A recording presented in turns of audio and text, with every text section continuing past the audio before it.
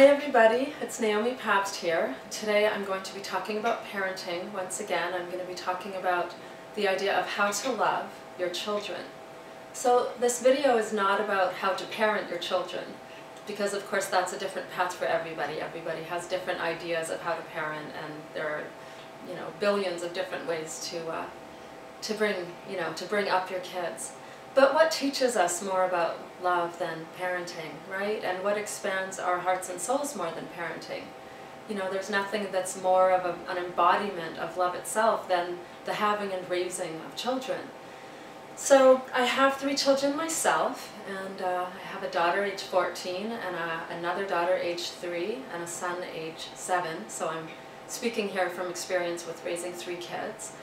And I'm also an intuitive and a transformational teacher on the topic of love and life. So in my own passion about teaching people how to love, including it across culture, across groups, but also individually, I'm of course extremely passionate about the topic of how to love our children.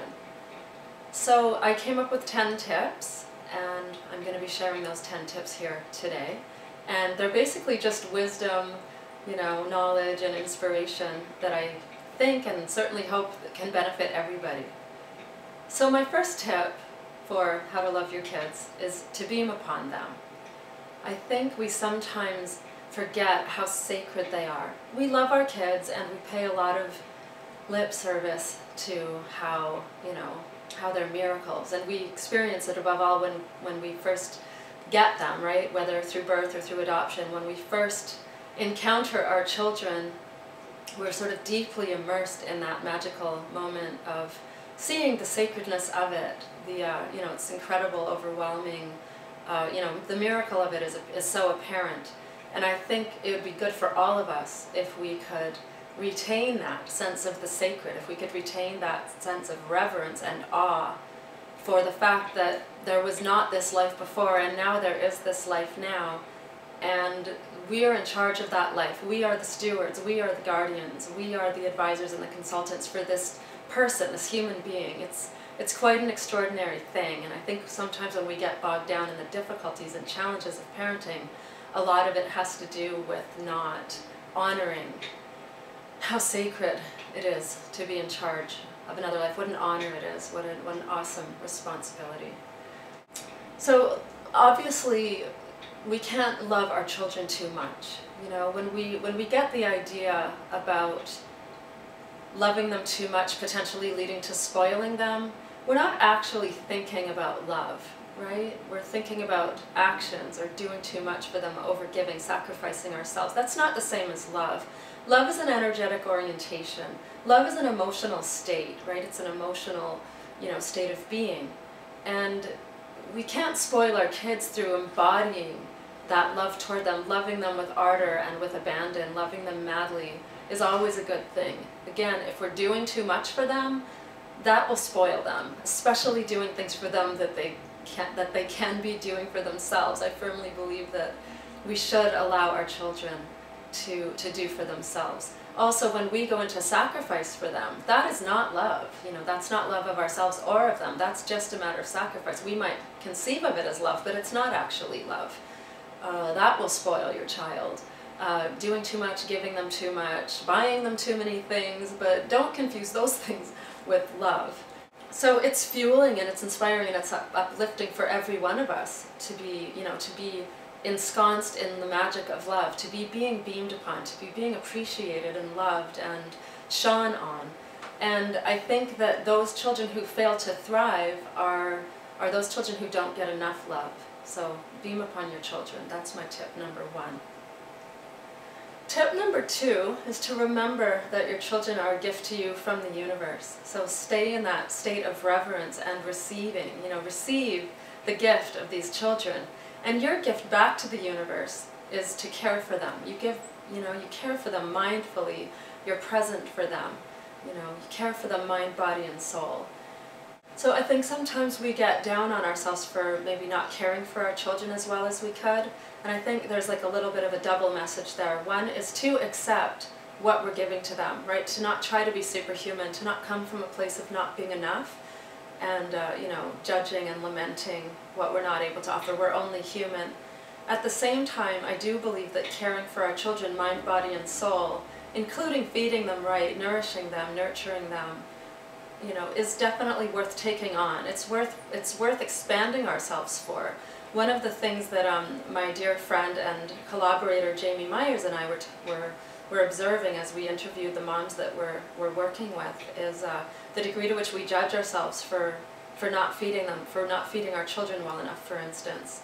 And again, we don't want to try to be superhuman about it, but I do believe that attempting to feed them better than we're feeding them creates an amazing foundation for their life. Their health and their well-being is in our hands, and we can give them a really solid foundation for life if we're actively nourishing them, providing proper nutrition and putting some thought and care to that side of things. So I think in remembering that our children are a gift from the universe, it makes it easier to care for them as we deserve. That one more frozen pizza going into the toaster oven, can be avoided through remembering what a gift they are, and that how we care for this gift is our gift back. So, again, to keep a reverence and a sacredness about being in charge of these young lives, within human parameters and within our obvious limitations. It's not about doing it perfectly, but it is about, rising to the occasion, going the extra mile, digging deeper, finding more within ourselves to give. And if we remember to be reverent about it, then it's not a matter of controlling ourselves into caring for them. It's more a matter of just love. I also think along the lines of what we can give back to our kids is to make life magical for them. Add that sprinkle of pixie dust, that fairy dust that makes things special, and to remind ourselves that a way we can show love for our children is to make sure that their lives are infused with magic. So number 3 on my list of tips is to embrace the challenges of parenthood. So anybody who's a parent knows that it's got to be at least 100 times more difficult than we ever imagined, right? It is challenging, it's daunting, it's intense, it's pressure-ridden. It's a lot of responsibility to have, lives in your charge, and there's no denying that. And no matter how much we're prepared for parenting intellectually, nothing can prepare you for the demands and the pressures of it.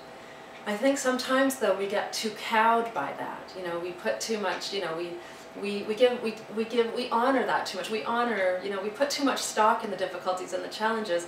They're simply there to expand us. We're meant to embrace the challenges, to grow and to expand into being people who can, handle the challenges, the very real challenges of parenting with grace, with finesse, with aplomb. So when we have a problem in general, when anything is perceived as a problem, our job is to expand into bigger people. That's how we outgrow the problem. I believe it was Einstein who said no problem can be solved from the level of consciousness that created it. And it's true that by expanding and by enhancing and going to higher consciousness, our problems are inherently resolved. So it's the same with parenting. If it's feeling daunting and challenging, then expand into a bigger, stronger, more heroic version of yourself so that you can handle those challenges more effortlessly, more easily, so they don't seem like such a big deal, right? So if we're, say, at a level 4 at our sort of personal strength, and the problems in our lives are at a level of 4 out of 10, then we're an equal match for the problem. So a problem at a level 4 is going to feel like a big challenge. But if we can expand ourselves to be at a level 10 of our coping and our coping mechanisms for life, then a 4 level problem is going to seem like nothing. It's just going to be a blip on the radar screen. It's going to be a tiny little cloud in a sunny sky. We won't be overwhelmed by it. So again, embrace the challenges of parenthood. Be a match for it. Be heroic. Be strong. Be fabulous. Be your biggest and best self. That's important. Don't be a whiner and a complainer. And for all, do whatever you can within your power to not be cowed and get snowed under by the very real challenges and demands. It's all about it. It's all a matter of perspective. So next is to be humble and acknowledge that your children are your best teachers. Obviously we teach our children a lot, but they're teaching us every bit as much, perhaps even more. I my hunch is that my children have certainly taught me more than I've ever taught them about life, about love, about who I am, about my capacities, about, you know, how to relate to other people, especially across their differences, which is a matter of just, you know, everyone in a family is profoundly affecting one another and influencing one another and enhancing one another. We're all making each other better people, and it's quite magical to see it that way. So have the humility to remember that your child is teaching you every bit as much as you're teaching them, and that that's just simply how it works. So the next is number 5, which is an extension of number 4, that our children are our best teachers. Our children are also not our children, right? They're not ours. As Khalil Gibran put it, our children are the product of life's longing for itself, right? They don't belong to us. They simply come through us. We're the vessel or the vehicle through which they come into this world, into this life. They have their own path, they have their own destiny, and they are the product of a different generation than we are. You know, they have their own parameters, their own spiritual and karmic parameters. And I think it's very helpful for us to acknowledge that they don't belong to us. They belong to themselves, they belong to their generation, they belong to the universe, they have their own destiny, they have their own sacred life path. It's really important to remember that. That takes me to number 6. The foundation of which is remembering they don't belong to us, to not worry about them. Okay? So my number 6 is to not worry about our children. A tiny little bit of worry is acceptable and allowed. Let's say 20% of what we'd normally do. Worry is the ultimate form of oppression. It's the ultimate form of mistrust. It's the ultimate lack of faith.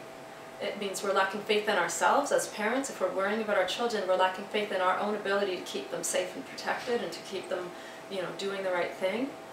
But it's a fundamental lack of faith in them. We're burdening them with a lack of faith in their well-being, in their safety. Our worry about them can create an inability for them to trust themselves and a habit of second-guessing themselves. It's a real burden to put upon your child, the burden of worry. It's also a lack of faith in the universe. You know, the universe has our back. Life is always happening for us and not to us. That includes a little bit of hardship. You know, life includes a little bit of hardship. Even as children, you know, we're wanting to be challenged and stimulated. And, you know, worrying that something's going to happen, you know, God forbid life should happen to your child, is very oppressive, very burdensome. I also want to add that, you know, worry, of course, is just a form of negativity and fear. It's a form of worst-case scenario thinking. It is said, of course, in spiritual traditions and in self-help arenas that, you know, when we worry, we're more likely to create or manifest that which we're worrying about, right? Our fears can generate that which we're worrying about. And so, in a way, we can attract fears for having them. We can attract those realities. The thing is that, not to disagree with that, but in my experience, at least 90% of everything I've ever worried about has never come to pass, maybe even 95, maybe even 99%. So when I take stock of all the worries I've had over my lifetime, the vast, vast, vast majority of them have never come to pass. So that stated, I would conclude that it was a huge waste of time and energy. A huge, you know, waste of, if only I had that time and energy back that I spent in negativity and fear and worst case scenario thinking, you know, I'd be a lot better off today for having that time back, thinking about things positively or preparing for all the wonderful things that are in store. So don't worry about your children. It's a disservice to them and it's a disservice to you. Next, and related to that, is to not overprotect your children. You know, your children are here to experience life. It doesn't mean you don't protect them, but don't spare them from life. Even as children, from the moment we incarnate into this earth, we want stimulation. That's what we're here for. We want tension, we want stimulation, we want challenge, we want maybe not hardship, but we want experience. We really hunger for experience, and experience comes in all forms. We want to allow our children to have the experiences that they came here to have and that they're meant to have. Lean into the universe, trust that everything's okay. Again, life is happening for you and not to you. And I love this line. I heard it in childhood and I don't know what the source of it is, but I've loved it all my life, which is simply, a ship in a harbor is safe and that is not what ships were designed for. Humans are like ships. We're not meant to be tied up to the dock safely, comfortably, lolling in the waves. We're meant to be out on the high seas, adventuring, discovering, experimenting, exploring. You know, that's what we're here for. It's an adventure. Life is an odyssey and an adventure. So let your children have theirs. Let your children live life. Number 9 is support them, and that's twofold. It's number 1 to follow their lead, and number 2 to have their back. So follow their lead in terms of, you know, their self-expression. What are they needing? What are they wanting in the way of opportunities? You know, honor their the opportunities that they need. Give them the opportunities that they need based on their skills, their talents, their passions, their callings. You know, let them lead and follow, you know, follow their direction in offering your support and your enhancement for who they are. It may be things like in the case of, you know, my kids have interests that I don't share, and it's been incredibly enriching of my life to open up to their interests and to let those, you know, interests trickle into my life. My daughter, for instance, is a brilliant actor. She's in a really prestigious performing arts school, and you know, she's a genius, creative, visual artist. I mean, absolutely gifted, and she certainly didn't get those gifts from me, and it's foreign to me, but it's brilliant to have that influence in my life. It's absolutely brilliant, and I do everything within my power to, you know, enable her to showcase and express these gifts in the world. So,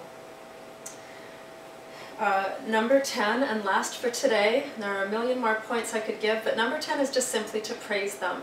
Let your children know how special they are. And I don't mean random enthusiasm and random compliments and flattery. I mean give them accurate feedback, accurate positive feedback on their gifts, their talents, what you appreciate about them, what you're grateful for, really what makes them special. Your children are special. They're literally God's gift to the world.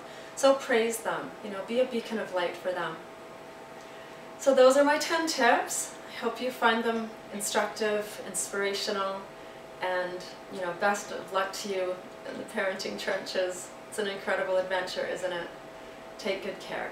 Bye-bye.